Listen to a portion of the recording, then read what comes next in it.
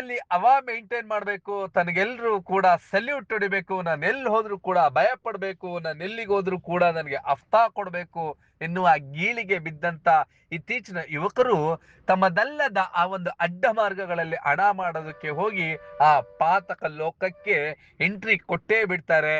ಒಮ್ಮೆ ಆ ಪಾತಕ ಲೋಕಕ್ಕೆ ಎಂಟ್ರಿ ಕೊಟ್ಟ ಮೇಲೆ ಅದರಿಂದ ವಾಪಸ್ ಬರೋದಕ್ಕೆ ಸಾಧ್ಯ ಇಲ್ಲ. ಯಾವ ಮಚ್ಚನ್ನು ಯಾವ ಲಾಂಗನ್ನ ಕೈಯಲ್ಲಿ ಹಿಡಿದ್ನೋ ಅದರಿಂದಲೇ ಕೊನೆಯಾಗತ್ತೆ ಎನ್ನುವ ಅರಿವು ಕೂಡ ಇರೋದಿಲ್ಲ. ಅಂತಹದ್ದೇ ಒಬ್ಬ ರೌಡಿ ಶೀಟರ್ ಬೆಂಗಳೂರು ಹೊರವಲಯ ಆನೇಕಲ್ ತಾಲೂಕಿನ ಜೆಕೆ ಅಲಿಯಾಸ್ ಕಾರ್ತಿಕ್ ಈತ ಸಲಗ ಅಂತಲೂ ಖ್ಯಾತಿ ಗಳಿಸಿದ್ದಾನೆ. ಇವನನ್ನ ಇದೀಗ ಆನೇಕಲ್ ಪೊಲೀಸ್ನವರು ವಶಕ್ಕೆ ಪಡೆದಿದ್ದಾರೆ. ಕಾರಣ 2 ಕೊಲೆ ಪ್ರಕರಣ, 1 ಕೊಲೆ ಯತ್ನ, 3 ರಾಬರಿ ಮತ್ತು ಬೇರೆ ಬೇರೆ ಪ್ರಕರಣಗಳಲ್ಲಿ ಈ ಕುಖ್ಯಾತ ರೌಡಿ ಶೀಟರ್ಗೆ ಕೋರ್ಟ್ ನಿಂದ ಸಮನ್ಸ್ ಬಂದ್ರು, ವಾರೆಂಟ್ ಬಂದ್ರು, ಡೋಂಟ್ ಕೇರ್ ಮಾಸ್ಟರ್ ಆಗಿದ್ದ ಇವನು. ಹಾಗಾಗಿ ಆನೇಕಲ್ ಪೊಲೀಸ್ನವರು ಈಗ ಇವನನ್ನ ಹೆಡೆಮುರಿ ಕಟ್ಟಿದ್ದಾರೆ.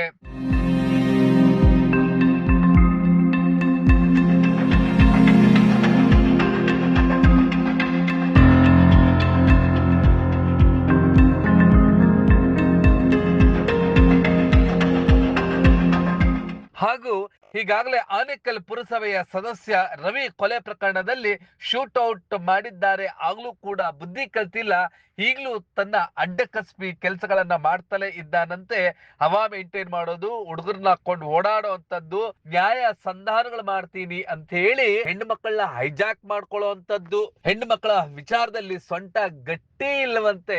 ಈ ಜಾಕಿಗೆ ಕಾಲೇ ನೆಟ್ಗಿಲ್ಲ, ಇನ್ ಯಾವ ಕೆಲ್ಸಕ್ಕೆ ತಾನೇ ಮಾಡ್ತಾನೆ. ಆದ್ರೆ ಮರ್ಯಾದೆಯಾಗಿ ಸರಿದಾರಿಯಲ್ಲಿ ನಡೀಲಿ ಅಂತೇಳಿ ಪೊಲೀಸ್ನವರು ಇದೀಗ ಮತ್ತೊಮ್ಮೆ ಹೆಡೆಮುರಿ ಕಟ್ಟಿ ಪರಪ್ಪನ ಅಗ್ರಹಾರಕ್ಕೆ ಮುದ್ದೆ ಮುರಿಯೋದಿಕ್ಕೆ ಬಿಟ್ಟು ಬಂದಿದ್ದಾರೆ.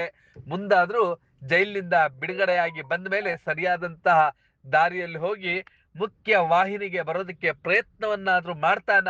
ಇನ್ನು ಪರಪ್ಪನ ಅಗ್ರಹಾರವು ಅದೊಂದು ಯೂನಿವರ್ಸಿಟಿ ಆಗೋಗಿದೆ ಪಾತಕಿಗಳ ಪಾಲಿಗೆ.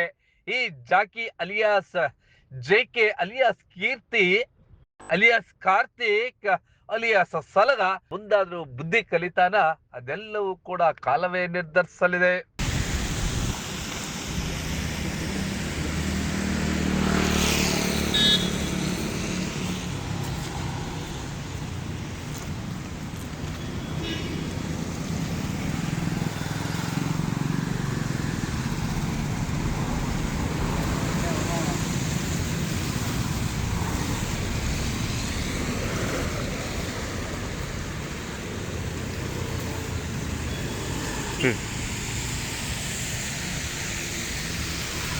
ಅತಿ ಸರ್,